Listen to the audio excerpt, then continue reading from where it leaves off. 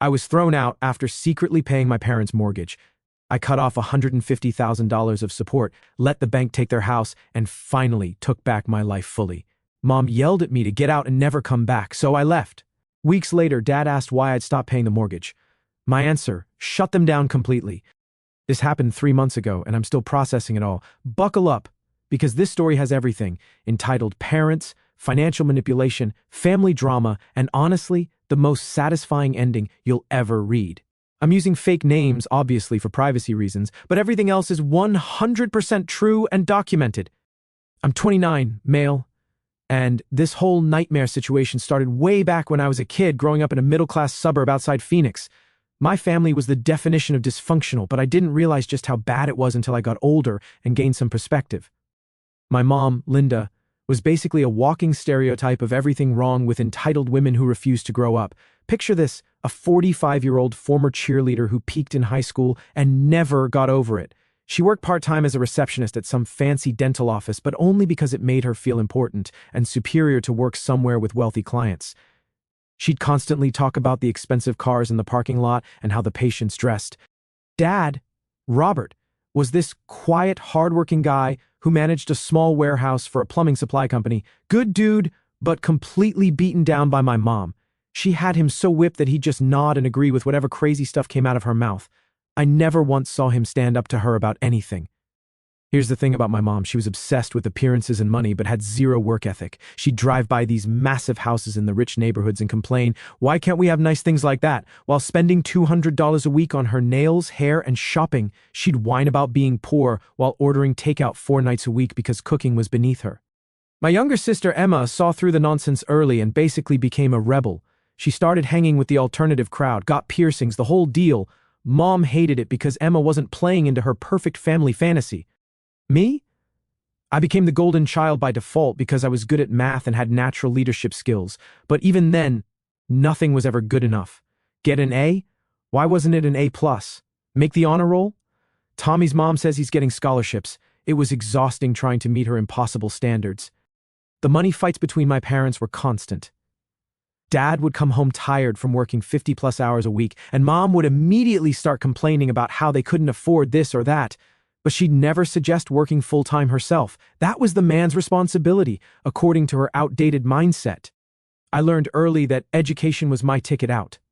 While other kids were playing video games or hanging out at the mall, I was studying and working part-time jobs, not because I loved school, but because I knew if I didn't get out of that house, I'd end up as miserable as my dad. High school was basically me working part-time at a local restaurant while taking every advanced class they offered. I started as a busboy but worked my way up to assistant manager by senior year. The owner took me under his wing and taught me about business operations, customer service, and management. Turns out I had a real knack for it. Mom would brag to her friends about my grades and work ethic, but then turn around and complain that I was becoming too serious and needed to focus on more important things like dating popular girls and playing sports. I graduated valedictorian and landed a partial scholarship to Arizona State for business management. Between the scholarship, student loans, and money I'd saved from work, I could make it happen. Mom's reaction? Well, at least you'll make good money so you can take care of us when we're old. Even at 18, that comment made my blood run cold. College was like discovering I could breathe for the first time in my entire life. 4 years of actually being around motivated people who shared similar goals, professors who genuinely cared about their students' success, and nobody constantly telling me what I was doing wrong or criticizing every decision I made. I studied hard but also learned to relax and enjoy life. I made some solid friendships that lasted beyond graduation, even dated a bit and had normal relationships.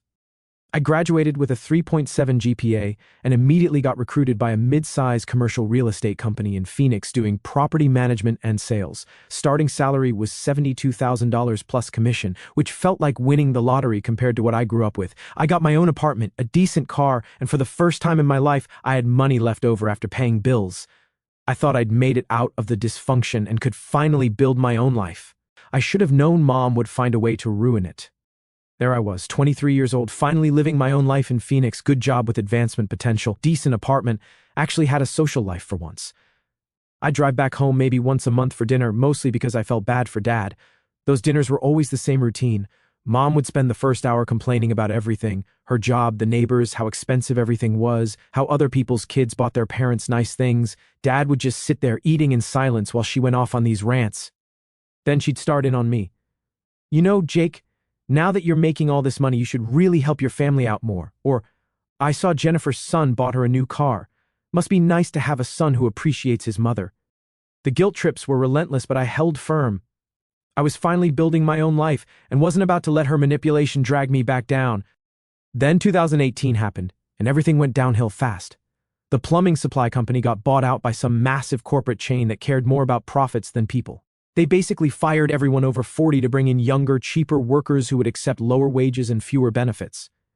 Dad was 52, had been working warehouse management his whole adult life, and his resume was basically supervised the same warehouse for 18 years with no college degree or specialized technical skills. He applied everywhere he could think of: Home Depot, Lowe's, other supply companies, warehouses, distribution centers, even retail stores that might value his management experience, but nobody wanted to hire a middle-aged guy with outdated skills when they could get some 25-year-old college graduate for half the salary and no health insurance concerns. After 6 months of constant rejections and "we'll keep your resume on file" responses, he was basically broken and had lost all confidence. Mom's reaction? Did she offer to pick up extra hours? Maybe get a full-time job? Heck no. She immediately went into victim mode, crying about how unfair everything was and how they were going to lose their house. That's when I got the call. I was at work, in the middle of showing a commercial property to potential tenants, when my phone rang. Mom was sobbing so hard I could barely understand her. "Jake, we're going to lose everything," she wailed. "The bank sent papers. They're going to take our house." My stomach dropped. I knew their finances were shaky, but I didn't realize how bad things had gotten. "How much do you need?" I asked, already knowing I was about to make a huge mistake. Turns out they were 4 months behind on their mortgage, $7,200 to bring it current. Plus, they needed someone to cover the monthly payments going forward. Their house payment was $1,900 a month, and with Dad unemployed and Mom only working part-time, they were bringing in maybe $1,300 total. I had about $15,000 in savings at the time. Not a fortune, but enough to help. Here's where I messed up. Instead of just giving them a loan or telling them to downsize, I had this brilliant idea to save their dignity by working directly with their bank. I drove over that weekend and met with their mortgage representative, showed him my financials, my credit score, proof of income. After some back and forth, we worked out an arrangement where I would take over the monthly payments while their names stayed on the loan. The bank representative helped me set up this story about a family assistance program to explain why their payment structure was changing. My parents totally bought it. They thought the bank was just being generous because of Dad's job loss. So starting in December 2018, I was automatically transferring $1,900 every month to their mortgage company. Plus, I covered the back payments to stop the foreclosure. I told myself it was temporary. Dad would find another job, they'd get back on their feet, and I could stop the payments. 6 years later, I was still paying their mortgage. You want to know what 6 years of secretly paying someone's mortgage looks like? Let me break it down for you. $1,900 times 12 months times 6 years equals $136,000. That's not including the $7,200 I paid up front to stop the foreclosure or the occasional emergency money I'd send when they overdrafted their account or needed car repairs. Let's call it an even $150,000 over 6 years. That's a down payment on a house. That's a new truck and a boat. That's financial freedom. Instead, I was living paycheck to paycheck while my parents lived in their nice 4-bedroom house in a decent neighborhood, complaining about their finances while I literally paid their biggest expense. The worst part? Mom got worse over the years, not better. Once Dad lost his job, he kind of gave up. He'd do odd jobs here and there, helping people move, yard work, handyman stuff, but mostly he just retreated into himself, started spending all day watching TV, barely speaking during family dinners. Mom, on the other hand, doubled down on her entitlement. Since she was now the primary breadwinner with her part-time receptionist job, she acted like she was some kind of martyr carrying the whole family. But here's the kicker, she also started acting like she was wealthy. New clothes every week, expensive highlights every 6 weeks, manicures, pedicures, facials at the clinic where she worked. She bought this huge 75-inch TV for the living room, then a new bedroom set, then redid the kitchen with granite countertops. And every time I'd visit, she'd show off her new purchases like she was some kind of interior decorator. "Look at my new designer purse, Jake." I deserve nice things after everything I've been through. Meanwhile, she was behind on the electric bill, and I was covering her mortgage. The comments about my life got nastier too. When I'd mention work stuff, she'd roll her eyes and say, "Must be nice to sit in an office all day instead of having a real job." When I started dating my girlfriend, Sarah, Mom immediately started picking her apart. "She seems plain," was her first comment. "Don't you want someone who takes better care of herself? Someone who appreciates nice things?" Sarah was actually awesome. Worked as a teacher, down to earth, no drama, but she wasn't some high-maintenance princess, so Mom dismissed her completely. The guilt trips got more sophisticated too. Jake, other successful kids take their parents on vacations. Jennifer's son just took her to Europe. Or, "I saw the nicest Mercedes at the clinic today. The patient said her son bought it for her. Must be nice to have a son who shows his appreciation." I started dreading those monthly dinners. 2 hours of listening to Mom complain about money while showing off whatever new stuff she'd bought, all while I knew I was funding her lifestyle. My friends started noticing I was always broke despite having a decent job. I'd turned down trips, couldn't afford to go out much, drove the same beat-up Honda I'd had since college. They'd ask what was up, but how do you explain that your mom is basically a financial parasite? The relationship with Sarah eventually ended because of the situation. She couldn't understand why I was always stressed about money, why I couldn't commit to moving in together, why I spent every Sunday driving over to have dinner with parents who treated me like garbage. "It's like you're married to your family instead of building a life with me," she said when she broke up with me. She wasn't wrong. Work was the only place I felt normal. I'd gotten promoted to senior property manager, then to regional manager. My salary had gone up to $98,000 plus commission. But with that mortgage payment, I was still living like I made $60,000. I started keeping detailed records of every payment, every emergency loan, every dollar I'd spent on them. Maybe I thought I'd show them someday, or maybe I just needed to see the numbers to make it feel real. By year 4, I was having panic attacks, just little ones at first, tightness in my chest when I'd see the mortgage payment go through, trouble sleeping after family dinners. My doctor suggested therapy, but who has time for therapy when you're working 50 hours a week and supporting your parents? The breaking point came last year when Mom started talking about renovating their master bathroom. $18,000 for new tile, a fancy shower, heated floors. She'd already picked out the materials and gotten quotes. "We're going to use the home equity line of credit," she announced over Sunday dinner. "It's basically free money since the house is worth so much more now." I nearly choked on my food. The house was worth more because I'd been keeping them from foreclosure for 6 years, and now she wanted to borrow against my equity to fund her renovation fantasies. That's when I realized this was never going to end. She would keep spending, keep demanding, keep taking until I had nothing left, but I didn't know how to stop without destroying the family. Then came the Sunday that changed everything. 3 months ago was supposed to be just another difficult family dinner. I drove over like always, stopped at the grocery store to pick up steaks because Mom had mentioned wanting a nice dinner. Yeah, I was still buying the groceries too, another thing she just expected. I walked into their house around 5 p.m., bags in hand. The first thing I noticed was a brand new sectional sofa in the living room. This thing was massive leather, probably cost $6,000 easy. "What do you think of our new furniture?" Mom called from the kitchen. "I got it on sale, but it was still a good investment. We deserve to have nice things." I bit my tongue and headed to the kitchen to start dinner. Dad was in his usual spot at the counter, staring at some game on his phone. He mumbled, "Hey, kiddo," without looking up. What made this Sunday different was that Mom's sister Brenda was there. Aunt Brenda lived up in Colorado and rarely visited, maybe twice a year at most. Unlike my mom, Brenda had actually worked her way up from secretary to office manager at an insurance company. She owned her own house, drove a reliable car, took sensible vacations, everything Mom claimed she wanted but was too lazy to work for. Mom hated Brenda's success almost as much as she resented mine. "Look at you, Jake!" Brenda gave me a real hug when she saw me. "Your mom tells me you're doing so well with your real estate job, regional manager already. Your parents must be so proud." I caught Mom's face out of the corner of my eye, that familiar grimace like she'd bitten into something sour. "Thanks, Aunt Brenda," I said. "It's good to see you." While I cooked dinner, Brenda chatted about her recent promotion, her daughter's wedding, normal family stuff. But I could see Mom getting more and more agitated. Her movements got sharp and jerky, slamming cabinet doors, wiping down counters that were already clean. We sat down to eat around 6:30. The conversation was awkward, with Mom giving short answers and Brenda trying to fill the silence.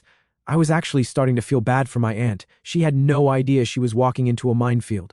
Then, about halfway through dinner, Brenda said the words that would detonate my entire life. "Linda, I've been meaning to ask, did you guys ever get caught up on your mortgage? I remember you mentioning some trouble a few years back." My fork stopped halfway to my mouth. I felt the blood drain from my face. "What are you talking about?" Mom frowned. "We had some issues when Robert lost his job, but we worked it out with the bank. Everything's fine now." Brenda looked confused. "Oh, I thought Jake had mentioned helping you guys out when we talked last Christmas." The silence that followed was deafening. I could hear the air conditioning kicking on, a dog barking outside, the sound of my own heartbeat pounding in my ears. Mom's eyes slowly moved from Brenda to me, and I could literally see the pieces clicking together in her head. "Jake did what?" Her voice was dangerously quiet.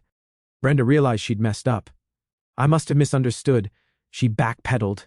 "It was just casual conversation. I probably got confused." "No," Mom interrupted, her eyes locked on mine. "I want to hear exactly what my son has been telling people behind our backs."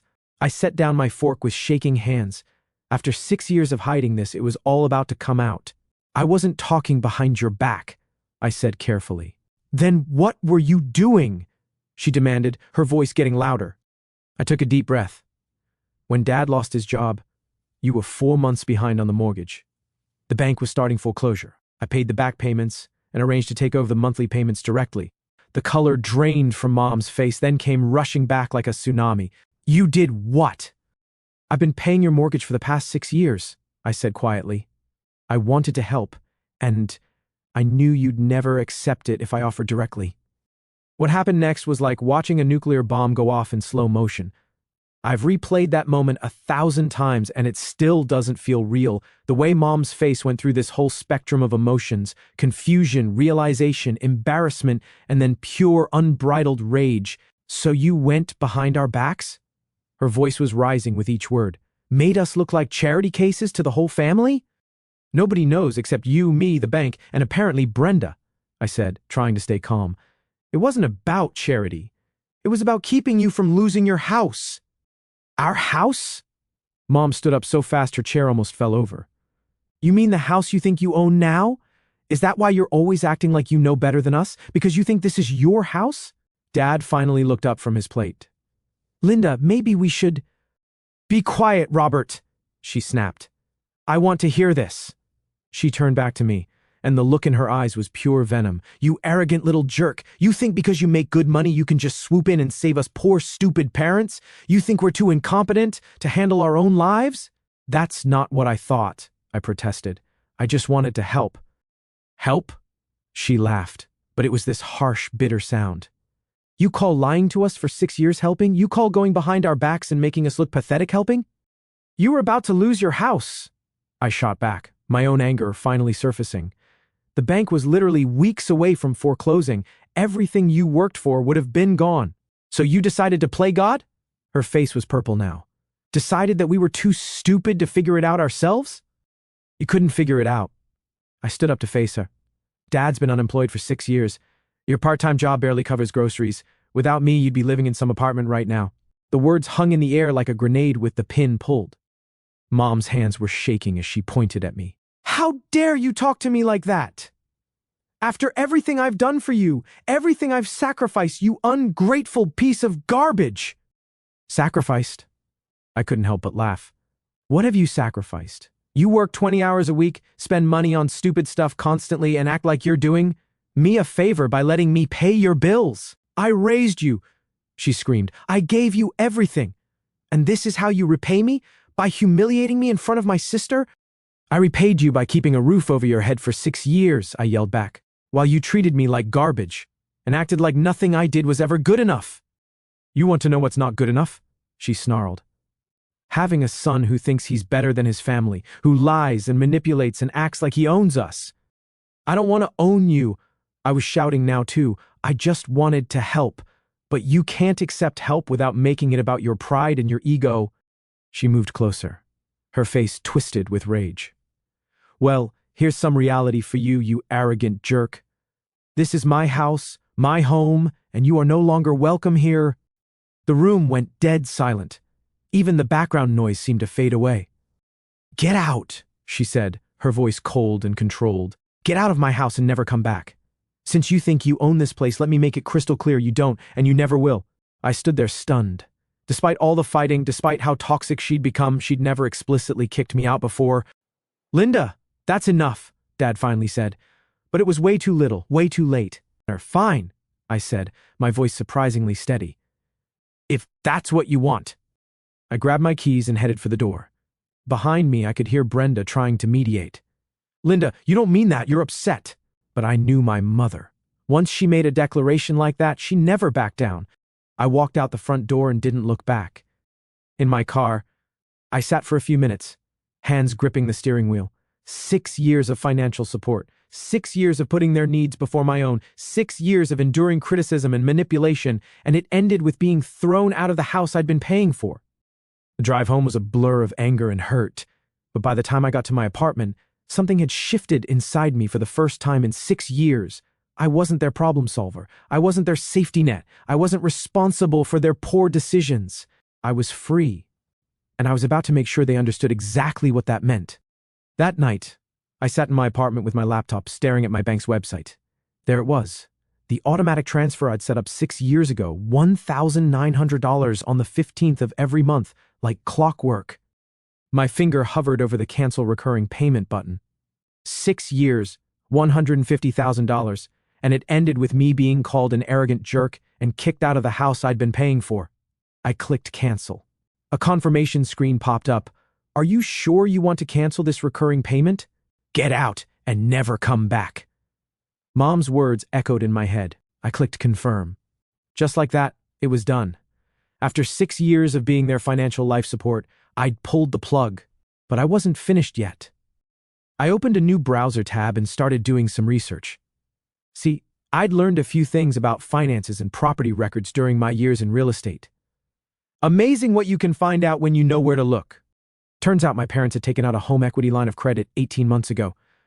Remember that bathroom renovation Mom wanted? Yeah, she'd gone ahead with it, along with new appliances, a deck, and who knows what else. They'd borrowed $52,000 against the house I'd been keeping out of foreclosure. So not only had they been living essentially rent-free on my dime, they'd been using their fake equity to fund Mom's spending sprees. The audacity was breathtaking. I also discovered that Mom hadn't been working part-time like she claimed. According to public records, she'd been collecting unemployment benefits for the past 8 months. Apparently, the dental clinic had downsized, and she'd decided not to look for another job. So she'd been lying about that, too. I spent the next week in a weird state of calm. No anxiety about the upcoming mortgage payment, no dreading Sunday dinner, no walking on eggshells around Mom's mood swings. For the first time in 6 years, I felt like I could breathe. My phone stayed silent for the first week. No calls, no texts, no apologies. The silence was telling. Week 2, the messages started. Dad, hey buddy, hope you're doing okay. Mom's still upset, but she'll come around. I didn't respond. Dad, having some trouble with the online banking? Can you help me figure this out? I didn't respond. Dad, Jake. The bank called about the mortgage payment. There might be some kind of error in their system. Still nothing from me. Week 3, the messages got more desperate. Dad, Jake, we really need to talk. It's about the house. Mom, I don't know what game you're playing, but it needs to stop. Dad, please call. We received some papers from the bank. I maintained radio silence. They'd made their choice when they kicked me out. Now they could live with the consequences. 3 weeks after our fight, I got the text I'd been expecting. Dad! The bank called. They're starting foreclosure proceedings. We need to talk. I stared at the message for a long time. This was it. The moment of truth. The house they'd lived in for 20 years, the home I'd secretly saved multiple times, was about to be taken away. And you know what I felt? Nothing. No guilt, no panic, no urge to swoop in and save them again. Just cold, hard satisfaction that the consequences were finally catching up with them. I deleted the message without responding. The next day, my building manager called up. Mr. Carson, there's a Robert Carson here to see you, says he's your father. Send him up, I said. Time for the conversation I should have had 6 years ago. Dad looked like absolute garbage when I opened my door. Hadn't shaved in days, clothes wrinkled, eyes red and puffy. He'd lost weight and looked about 10 years older than the last time I'd seen him. Jake, thank God, he said, relief washing over his face. We've been trying to reach you for weeks. I know, I said, not moving to let him in. I got your messages. He shifted uncomfortably in the hallway. Can we talk, please? It's about the house. I considered making him grovel in the hallway, but decided I wanted to enjoy this conversation. Come in. He practically collapsed onto my couch, head in his hands. Jake, I'm so sorry about what happened. Your mother, she was out of line. She didn't mean those things she said. Which part didn't she mean? I asked, settling into my chair across from him. The part where she called me an arrogant jerk? Or the part where she told me to get out and never come back? She was just angry. You know how she gets when she feels cornered? Cornered? I laughed. Dad, I'd been paying your mortgage for 6 years. The only reason she felt cornered is because she got caught living off my money while treating me like garbage? He winced. We know you've been helping us, and we're grateful. Grateful? I cut him off. Dad, in 6 years, not once did either of you say thank you. Not once did Mom acknowledge what I was doing. Instead, she spent that whole time criticizing my life, my job, my girlfriend, everything about me, while I was literally keeping you from being homeless. I know we messed up. But Jake, they're going to take the house. We got the foreclosure notice yesterday. We have 30 days. I leaned back in my chair, studying his face. He looked desperate, broken, good. And you want me to fix it? I said. Yes.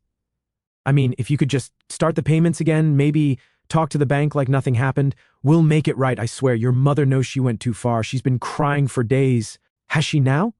I smiled. And where is Mom today? Did she come to apologize? Dad's face fell. She wanted to come, but she's embarrassed. She knows she messed up, so she sent you to clean up her mess again. Jake, please, I'm begging you. We'll lose everything. I stood up and walked to my kitchen, grabbing 2 sodas. I handed one to Dad and sat back down. Let me tell you what's going to happen, I said calmly. You're going to lose the house. You're going to have to declare bankruptcy because of that home equity loan you took out. Mom's going to have to get a real job for the first time in her adult life, and you're both going to learn what it's like to live without someone else paying your bills. Dad's face went white. Jake, you can't mean that. I absolutely mean that. I took a sip of my soda. See, I've had 3 weeks to think about this. 3 weeks to really examine our relationship. And you know what I realized? He shook his head, looking like he might throw up. I realized that for 6 years I enabled Mom's entitled behavior. I made it possible for her to live in a fantasy world where she could spend money she didn't have and treat people like garbage without consequences. I was so worried about being a good son that I forgot to have any self-respect. But we're family. Family? I laughed. Dad, when's the last time either of you asked how I was doing? When's the last time Mom said something nice about my life? When's the last time you stood up for me when she was being awful? He opened his mouth, but nothing came out. That's what I thought. See, I spent $150,000 over 6 years keeping you afloat. You want to know what I could have bought with that money? A house, a new truck. Heck, I could have taken a year off work and traveled the world. Instead, I was living paycheck to paycheck while Mom bought designer purses and renovated bathrooms. We didn't know. Nonsense. My voice was getting harder. You knew exactly what was happening. You just didn't care as long as someone else was paying the bills. Dad started crying then, not just tearing up, but full-on sobbing. Please, Jake, I'm sorry. We're both sorry. Just please, don't let us lose everything. You already lost everything, I said coldly. You lost it the moment Mom decided her pride was more important than keeping me in your lives. I stood up and walked to the window, looking out at the Phoenix skyline. You know what the funny part is? I probably would have kept paying if you just treated me with basic respect. If Mom had said thank you once in a while instead of constantly criticizing me. If you'd stood up for me instead of being a coward. I'll make her apologize, he said desperately. She'll get on her knees and beg if that's what you want. It's too late for that. I turned back to face him. See, I've moved on. I'm dating someone new, a great woman who actually appreciates me. I'm saving money for the first time in years. I'm building my own life instead of subsidizing yours. Dad was still crying, but now there was panic in his eyes. What are we supposed to do? Where are we supposed to go? That's not my problem anymore, I said simply. You're both adults. Figure it out. Jake, please. Your mother is scared. She doesn't know how to live without that house. Then maybe she should have thought about that before she kicked me out of it. I walked over and opened my front door. This conversation is over, Dad. You need to leave. He stood up slowly, like an old man. Jake, I'm begging you. One more chance, please. You had 6 years of chances, I said. You blew every single one. He walked to the door, then turned back. What if your mother calls you? What if she apologizes? She won't, I said. And even if she does, it won't matter. Some bridges can't be rebuilt once they're burned. After he left, I sat in my apartment feeling better than I had in years. My phone buzzed with a text from Mom. Jake, please call me. I'm sorry. I need to talk to you. I deleted it without reading the whole thing. Then another, please don't let them take our house. I'll do anything. Delete. Another, I was wrong. You're a good son. Please help us. Delete. By the end of the night, she'd sent 15 messages, each one more desperate than the last. I deleted them all. 2 days later, I drove by their house on the way to a client meeting. There was a foreclosure notice taped to the front door and a for sale by owner sign in the yard. I slowed down just enough to see Mom standing in the front window watching me drive by. She looked smaller somehow, older. When she saw my car, she ran outside and started waving her arms, trying to get me to stop. I didn't even slow down. In my rearview mirror, I watched her collapse on the front lawn, sobbing, and I felt absolutely nothing. 6 months later, I heard through the family grapevine that they'd lost the house and were living in a 1-bedroom apartment across town. Dad was working at a grocery store, and Mom had finally gotten a job at a call center. They'd invited me to Christmas dinner at their new place. I had other plans. Some people might say I went too far, that I should have forgiven them and been the bigger person. But you know what? For the first time in my adult life, I'm truly happy and at peace. I'm engaged to Sarah. Yeah, we got back together after I got my life sorted out. I bought my own house and I sleep peacefully every night knowing I'm not being used or manipulated. Mom still sends me birthday cards and texts on holidays, always with the same message. I'm sorry. Please forgive me. I love you. I throw them away without opening them? Some bridges deserve to stay burned forever, and some lessons can only be learned the hard way through real consequences. My parents learned that actions have consequences, and I learned that family doesn't give you the right to be anyone's doormat. Best trade I ever made in my entire life.